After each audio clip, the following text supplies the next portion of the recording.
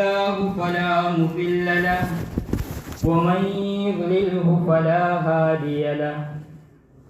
ونشهد أن لا إله إلا الله وحده لا شريك له ونشهد أن سيدنا ومولانا محمدا عبده ورسوله صلى الله تعالى عليه وعلى آله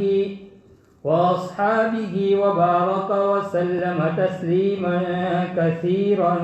كثيرا أما بعد فأعوذ بالله من الشيطان الرجيم بسم الله الرحمن الرحيم يوم لا ينفع مال ولا بنون إلا من أتى الله بقلب سليم صدق الله العظيم.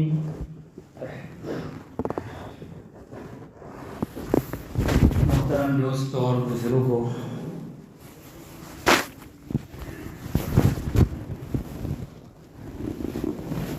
آج جمعہ کا مبارک دن ہے اور مبارک تحریر ہے. دعا کرے اللہ تبارک و تعالیٰ مجھ سے ایسی بات کہلوائے جو میرے لیے اور اب تمام حضرات کے لیے فائدہ مند ہو،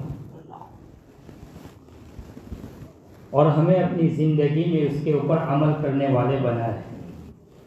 کہیں ایسا نہ ہو کہ یہ باتیں اور یہ مجلسیں اس کو ہم ایک سرسری طور پر ایک یوں سمجھ لیں کہ بھائی جمعہ کی نماز کے لیے آئے ہیں، باتیں ہونے ہی والی ہے، سن لو، ایک کان سے سنتے دوسرے کان سے نکال دے. کہیں ایسا نہ ہو کہ زندگی میں کل قیامت کے دن یہ مجلس ہمارے لیے وبال جان بن جائے. اللہ ہم سے پوچھیں گے کہ جمعہ کے دن خطاب ہوتا تھا، میری باتیں کہی جاتی تھی، میرے نبی کی باتیں ذکر کی جاتی تھی، تم نے اس کے اوپر کتنا عمل کیا؟ تو میرے بھائیو، ہمارے پاس اس کے لیے کوئی جواب نہیں ہوگا. لہذا جو بات کہی جائے ہمیں اس نیت سے سنیں کہ انشاءاللہ زندگی میں اس کے اوپر ہم عمل کریں گے نا بھائی. دنیا میں انسان کی زندگی کے 3 دن بہت اہم ہیں. انسان کی زندگی کے 3 دن بہت اہم ہے. ایک وہ دن جس دن انسان دنیا میں پیدا ہوتا ہے، وہ بہت اہم دن ہے،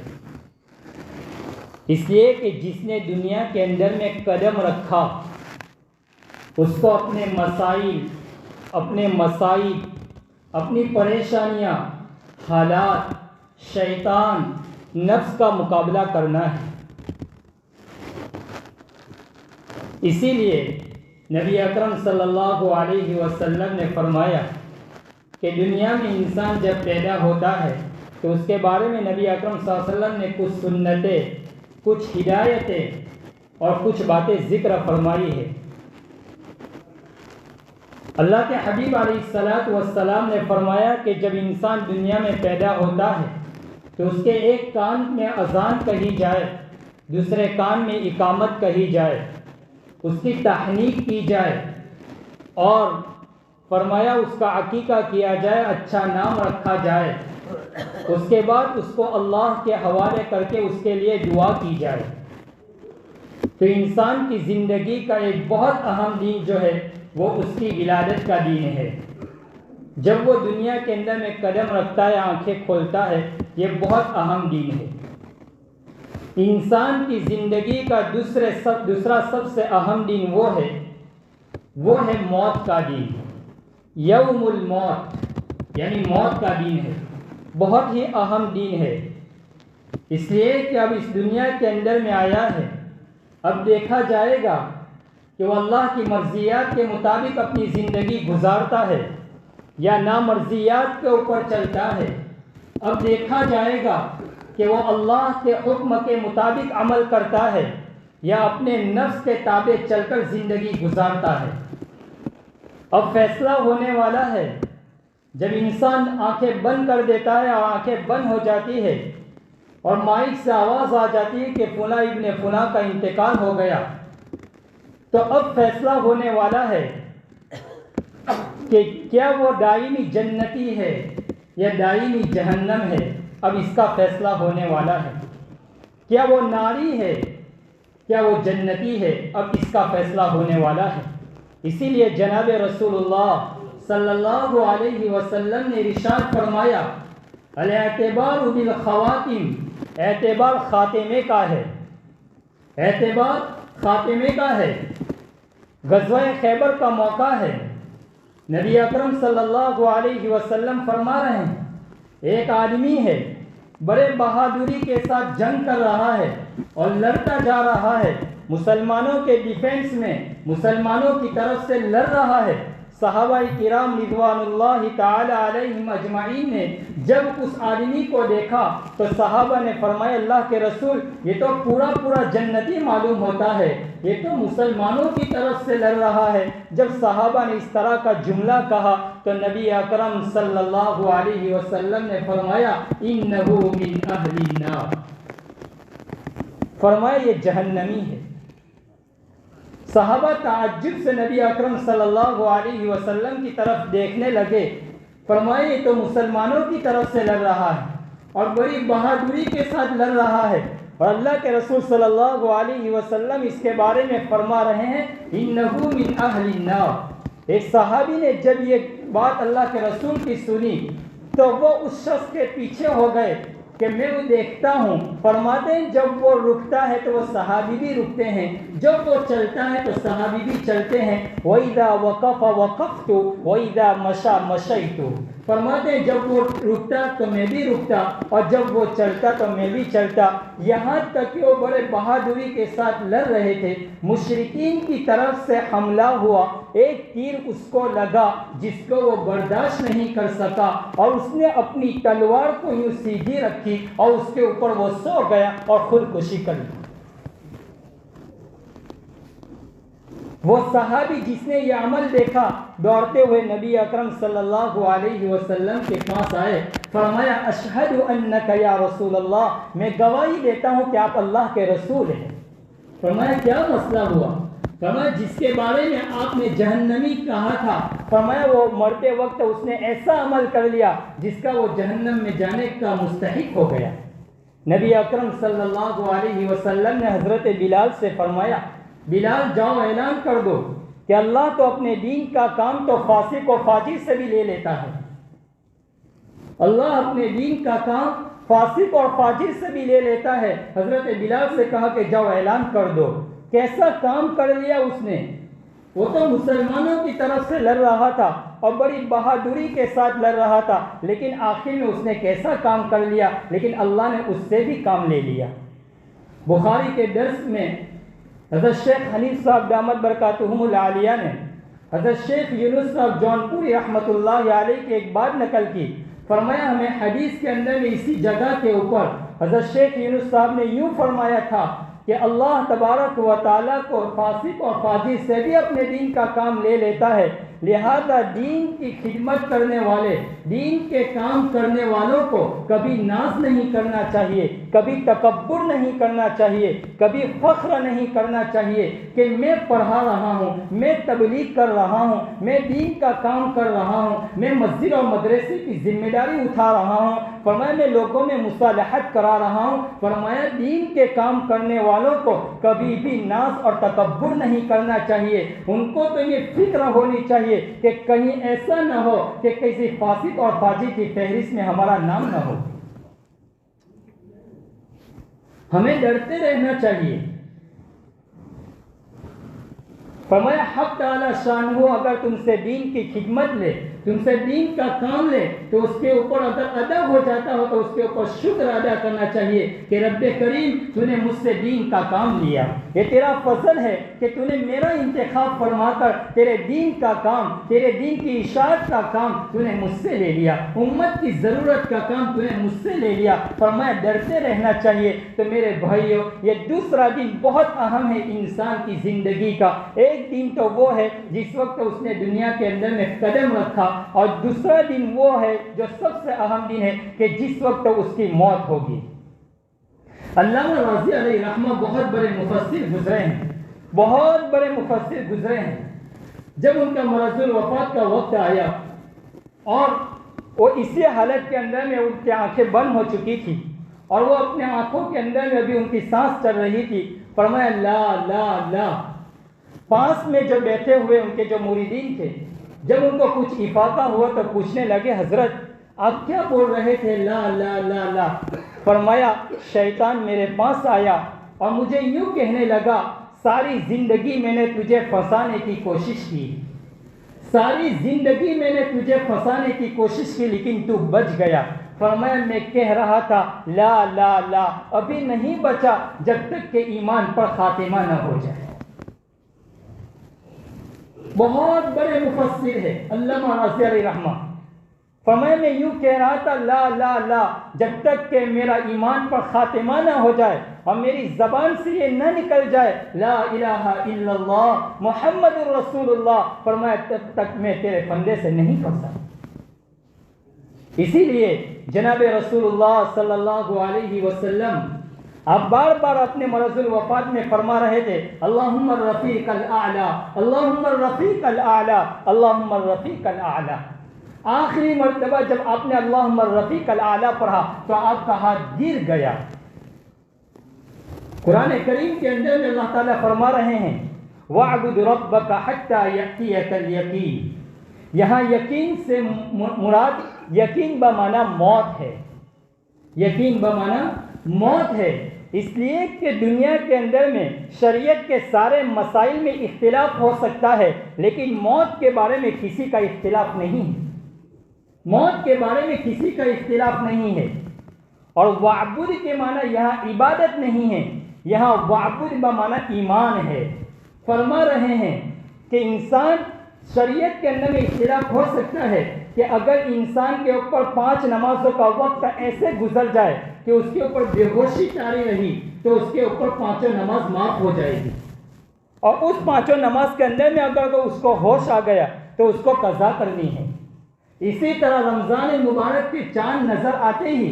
کوئی بیمار ہو گیا، کسی کے اوپر بے ہوشی طاری ہو گئی اور شوال کا چاند نظر آیا، عید کا چاند نظر آیا اور وہ اچھا ہو گیا، ہوش میں آ گیا، تو فقہا کہتے ہیں پورے رمضان المبارک کے روزے اس کے معاف ہو گئے، اس کو قضا نہیں کرنی ہے۔ تو میرے بھائیوں، شریعت کے اندر میں عبادت کے اندر میں معافی ہے لیکن ایمان کے اندر میں کوئی اختلاف نہیں ہے۔ یہ اب ترجمہ ہوگا وَاعْبُدْ رَبَّكَ حَتَّى يَأْتِيَكَ الْيَقِينُ، کہ تو ایمان لا کب تک؟ موت تک۔ زندگی کے اندر میں تیرے اوپر کوئی ایسے حالات نہ آ جائے، کوئی ایسا موڑ نہ آ جائے کہ کہیں آپ ایمان سے ہاتھ دھو بیٹھے۔ اسی لیے کہ روایتوں میں پتہ چلتا ہے، روایتوں میں ہے نبی اکرم صلی اللہ علیہ وسلم نے ارشاد فرمایا ایک مومن ساری زندگی عمل خیر کرتا ہے، اچھے اعمال کرتا ہے، لیکن مرتے وقت تقدیر غالب آ جاتی ہے اور وہ عمل کفر کر لیتا ہے جس کی بنا پر وہ جہنم میں چلا جاتا ہے۔ اور ایک مومن ساری زندگی عمل کفر کرتا ہے، عمل معاصی کرتا ہے، کفر والا عمل کرتا ہے اور مرتے وقت تقدیر غالب آ جاتی ہے، کوئی ایسا کام کر لیتا ہے کہ ایمان پر خاتمہ ہو جاتا ہے اور وہ جنت میں چلا جاتا ہے۔ اس لیے ہمیں ڈرنا چاہیے میرے بھائیوں، ایمان نام اس کا نہیں ہے کہ ہم داڑھی رکھ لیں، ہم کرتا پائجامہ پہن لیں، ہم 5 وقت کی نماز پڑھ لیں، ایمان اس کا نام نہیں ہے۔ ایمان نام ہے اس کا کہ اپنی زندگی میں اپنی ذات کے اوپر مصائب آ جائے، پریشانی آ جائے، پھر بھی ہماری زبان سے کوئی شکوہ شکایت نہ ہو، ہماری نظر اللہ کے اوپر ہو کہ میرے اوپر حالات ڈالنے والا، میرے اوپر پریشانی ڈالنے والا، میرے کاروبار میں اگر حالات آ جائے، میری زندگی میں اگر حالات آ جائے، یہ سب کچھ کرنے والی ذات اگر کوئی ہے تو وہ اللہ کی ذات ہے۔ اگر ایمان دیکھنا ہے تو وہ غزہ کے مومنوں کو دیکھو، اگر ایمان دیکھنا ہے تو فلسطین کے مسلمانوں کو دیکھو، اگر ایمان دیکھنا ہے تو ملک شام کے وہ نہتے معصوم بچوں کو دیکھو کہ کیسا ایمان ہے۔ اللہ اکبر میرے بھائیوں، نبی اکرم صلی اللہ علیہ وسلم کی روایت ہے، مسند احمد کی روایت ہے، حاکم کی روایت ہے، اللہ کے حبیب علیہ السلام نے فرمایا پوری دنیا سے ایمان رخصت ہو جائے گا، ایمان منتقل ہو جائے گا، ملک شام چلا جائے گا، پوری دنیا سے ایمان چلا جائے گا۔ ہمیں اپنے ایمان کی فکر کرنا ہے، ہم کس نیند میں سوئے ہوئے ہیں کہ اتنے ہزاروں ویڈیوز دیکھنے کے باوجود، اتنے خطرناک بھیانک حالت دیکھنے کے باوجود ابھی بھی ہماری زندگی میں انقلاب نہیں آ رہا ہے، ابھی بھی ہماری مسجدیں وہی خالی کی خالی ہیں، ابھی بھی ہماری شادیاں بیاہ وہی ہو رہی ہے، ابھی بھی ناچ گانا ہو رہا ہے، ابھی بھی شریعت و سنت کے خلاف زندگی گزار رہے ہیں۔ میرے بھائیوں، ہزاروں ویڈیوز دیکھنے کے باوجود بھی ہماری زندگی میں انقلاب نہ آ رہا ہو تو ہمیں سوچنا چاہیے کہ کہیں ہمارے دلوں کے اوپر اللہ کی طرف سے پردے تو نہیں لگ گئے، ہمارے دلوں کے اوپر کہیں مہر تو نہیں لگ گئی۔ ہزاروں لوگ شہید ہو چکے ہیں، معصوم بچوں کی جنازے ہیں سامنے، بوڑھے لوگوں کی شہادت ہو چکی، عورتوں کی شہادت ہو چکی۔ ایک نوجوان شوہر اپنی بیوی کے جنازے کے سامنے کھڑے ہو کر یوں کہہ رہا ہے کہ مجھے تو یقین تھا کہ اس نیکی میں تجھ سے سبقت کر جاؤں گا، لیکن تو قربان ہو کہ تم اس میں بھی سبقت کر گئی، جاؤ مبارک ہو، تم چلی جاؤ محمد الرسول اللہ کے وہاں چلے جاؤ اور میرے لیے دعا کرنا کہ اللہ کے رسول کے قدموں میں تم سے میری ملاقات ہو جائے۔ ایک عورت کہہ رہی ہے اس کے خاندان کے 45 لوگ شہید ہو چکے ہیں اور وہ پھر بھی اپنی زبان سے کہہ رہی ہے الحمدللہ۔ میرے بھائیو، ہزاروں ویڈیوز دیکھنے کے باوجود بھی دنیا کے اندر میں ہزاروں قومیں، یورپ اور امریکہ اور کئی ہزار یہودی روزانہ یہ مسلمان ہو رہے ہیں۔ ابھی ایک ویڈیوز آیا تھا، ایک مسجد کے اندر میں ایک لمبی قطار کھڑی ہے عورتوں کی، ایک امام صاحب ہاتھ میں مائک لیے کھڑے ہوئے ہیں اور انہیں وہ اسلام قبول کر رہے ہیں، اور جب ان کا تعارف کرا رہے ہیں اور انہیں پوچھ رہے ہیں کہ آپ اسلام کیوں قبول کرتے ہیں، تو وہ عورت کا جواب سنو جو مجھے اور آپ کو جھنجھوڑنے والا جواب ہے۔ وہ عورت یوں کہتی ہے کہ اتنے ہزاروں جنازے میں دیکھ رہی ہوں، 25,000 لوگ شہید ہو چکے، 40,000 لوگ زخمی ہو چکے، لیکن ان کی زبان سے سوائے الحمدللہ اور سوائے اللہ کی تعریف کے سوا ان کا کوئی شکوہ شکایت ہی نہیں ہے، بس ان کی زبان سے ایک ہی نعرہ ہے۔ آخر میرا دل یہ گواہی دینے لگا کہ اگر کوئی مذہب ہے تو یہی مذہب ہے، اس لیے یہ سچا مذہب ہونے کی دلیل ہے، میں نے اس لیے اسلام قبول کر لیا، میں نے اسلام قبول کر لیا۔ وہ عورت یوں کہہ رہی ہے۔ میرے بھائیوں، نبی اکرم صلی اللہ علیہ وسلم تو پہلے سے بتلا چکے تھے کہ ایمان منتقل ہو جائے گا، ملک شام چلا جائے گا۔ مسند احمد کی روایت ہے، بین انا نائم اذ رأیت عمود الکتاب، اللہ کے حبیب فرما رہے ہیں میں سویا ہوا تھا، میں نے خواب دیکھا کہ اذ رأیت عمود الکتاب، کہ کتاب کے ستونوں کو فرمایا احتمل من تحت رأسی، میرے سر سے نیچے سے اس کو اٹھا لیا گیا، فظننت انه مذهوب به، فرمایا اس کو میں سمجھ گیا کہ اس کو لے جایا جا رہا ہے، فعمد الى الشام، فرمایا اس کو ملک شام میں لے جا کر رکھ دیا گیا۔ اللہ کے حبیب آگے فرما رہے ہیں الا وان الايمان حين تقع الفتن بالشام، الا وان الايمان حين تقع الفتن بالشام، فرمایا یاد رکھو، یاد رکھو، جب بھی روئے زمین کے اوپر فتنے رونما ہوں گے تو ایمان ملک شام میں ہوگا، ایمان ملک شام میں ہوگا۔ یہ اللہ کے رسول صلی اللہ علیہ وسلم کی حدیث ہے۔ اللہ تعالیٰ نے آپ علیہ السلام کو دنیا کے اندر میں اس لیے مبعوث فرمایا تھا کہ قیامت تک آنے والے حالات، احوال کو آپ بیان کریں، موت کے بعد کے احوال اور حالات کو میرے بندوں کو بتلا دے۔ آپ علیہ السلام نے اپنی امت کو یہ سارے احوال بتلائے، سب کو آگاہ کیا، اور حجۃ الوداع کے موقع پر 22 لاکھ 24 لاکھ کے مجمع کے صحابہ کے سامنے آپ علیہ السلام یوں کہہ رہے ہیں اللہم حل بلغتا، اے لوگوں کیا میں نے اللہ کا پیغام کو میں نے پہنچا دیا؟ جب صحابہ کرام نے فرمایا آپ نے اللہ کے پیغام کو پہنچا دیا تو آپ نے اپنی شہادت کی انگلی کو آسمان کی طرف اٹھایا اور یوں فرمایا اللہم فاشہد، اللہم فاشہد، اللہم فاشہد، اے اللہ تیرے بندے تو گواہی دے رہے ہیں، تو بھی گواہی دے دے۔ جب نبی اکرم صلی اللہ علیہ وسلم یہ گواہی یہ کہہ رہے تھے، اس وقت صدیق اکبر رضی اللہ تعالیٰ عنہ ڈھارے مار کر رونے لگے۔ صحابہ کرام نے پوچھا آپ کیوں رو رہے؟ فرمایا نبی اکرم صلی اللہ علیہ وسلم اپنی تبلیغ کا کام کی گواہی دے چکے ہیں اور اللہ سے گواہی لے چکے ہیں، اب آپ دنیا سے رخصت ہو جائیں گے، بہت جلد ہمارے درمیان سے اللہ کے حبیب ایک سیکنڈ کے لیے بھی رہنا پسند نہیں کریں گے اور آپ رخصت ہو جائیں گے۔ صدیق اکبر رضی اللہ تعالیٰ عنہ نے اس چیز کو بھانپ لیا اور آپ نے کہہ دیا میرے بھائیوں اللہ کے حبیب علیہ السلام نے جو اس دنیا کے اندر میں مبعوث ہوئے اور ہمیں جو ایمان کی دولت سے نوازا اور ہمیں جو اللہ نے ایمان جیسی دولت، اس کی ہمیں فکر کرنی چاہیے، ہمیں اپنے ایمان کو ٹٹولنا چاہیے کہ ہم کس حالت میں زندگی گزار رہے ہیں۔ اس لیے میرے بھائیوں، میں عرض کر رہا تھا کہ انسان کی زندگی کے 3 دن بہت اہم ہے۔ ایک وہ دن جس دن انسان دنیا کے اندر میں پیدا ہوا، اور نمبر 2 وہ دن جس دن انسان کی موت ہوگی، اور نمبر 3 انسان کی زندگی کا سب سے اہم دن جو ہے وہ یوم القیامہ ہے۔ یوم القیامہ ہے، قیامت کا دن ہے، حساب کتاب کا دن ہے، اللہ کے حضور کے سامنے حاضری کا دن ہے، اللہ کے سامنے حساب و کتاب دینا ہے۔ یہ دنیا میں جو زندگی گزاری ہے اس کا حساب و کتاب دینا ہے۔ یہ 3 دن اللہ تبارک و تعالیٰ نے فرمایا یہ بہت اہم دن ہے میرے اور آپ کے لیے۔ ہم نے اپنی زندگی کے اہم دن کس کو سمجھ رکھا ہے؟ جس دن ہمارا نکاح ہو اس دن کو ہم نے اہم سمجھ رکھا ہے، جس دن بچے کی ولادت ہو اس دن کو ہم نے اہم سمجھ رکھا ہے، جبکہ اللہ کہہ رہا ہے کہ تمہاری زندگی کے 3 دن بہت اہم ہے۔ ایک دن تو وہ ہے جس دن آپ دنیا کے اندر میں پیدا ہوئے، نمبر 2 وہ دن جس دن آپ کی موت ہوگی، اور نمبر 3 جس دن آپ قیامت کا دن ہوگا۔ یہ بہت اہم دن ہے، قرآن کریم سے ہے۔ اللہ کے حضرت عیسیٰ علیہ السلام نے سورہ پارے کے سورہ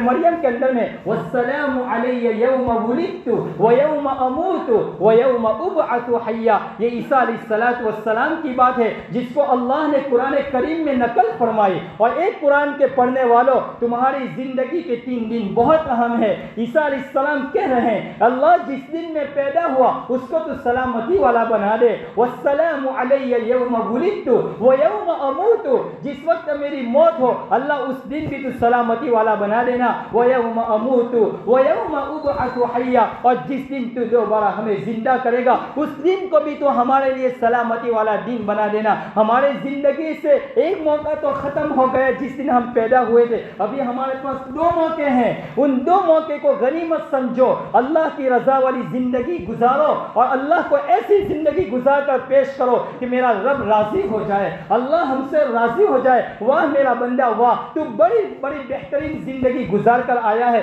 جب آنکھیں بند ہو جائے گی قبر کے اندر میں ہمیں سلا دیا جائے گا اور اللہ فرشتوں کو بھیجے گا، اور اس وقت ہمیں یوں کہے گا وہ فرشتہ اگر ہم اچھی زندگی گزار کر گئے، نم نم نم نم سو جا سو جا، ایک دلہن کی نیند کی طرح سو جا۔ اس طرح کے الفاظ اللہ کے حبیب علیہ السلام نے ارشاد فرمایا۔ اس لیے میرے بھائیوں یہ زندگی کے 3 دن بہت اہم ہے۔ اللہ کے حبیب علیہ السلام نے حضرت عمر رضی اللہ عنہ سے فرمایا تھا اے عمر انتم تموتون کما تحیون، فرمایا تم ایسی زندگی گزارو جیسے تمہاری، فرمایا انتم تموتون کما تحیون، جیسی تمہاری موت ایسے ہی آئے گی جیسی تمہاری زندگی گزرے گی، وتبعثون کما تحیون، اور قیامت کے دن تم ایسے اٹھائے جاؤ گے جیسے تم نے زندگی گزاری ہوگی، جس کے اوپر تمہاری موت ہوگی ایسے تم اللہ کے دربار میں اٹھائے جاؤ گے۔ اللہ تبارک و تعالی ہمیں ان کہیں سنی باتوں کے اوپر عمل کرنے والا بنائے، اور ہمیں ہوش سے ناخن لینے والے بنائے، امت کی فکر، امت کا درد اور قرآن نصیب فرمائے،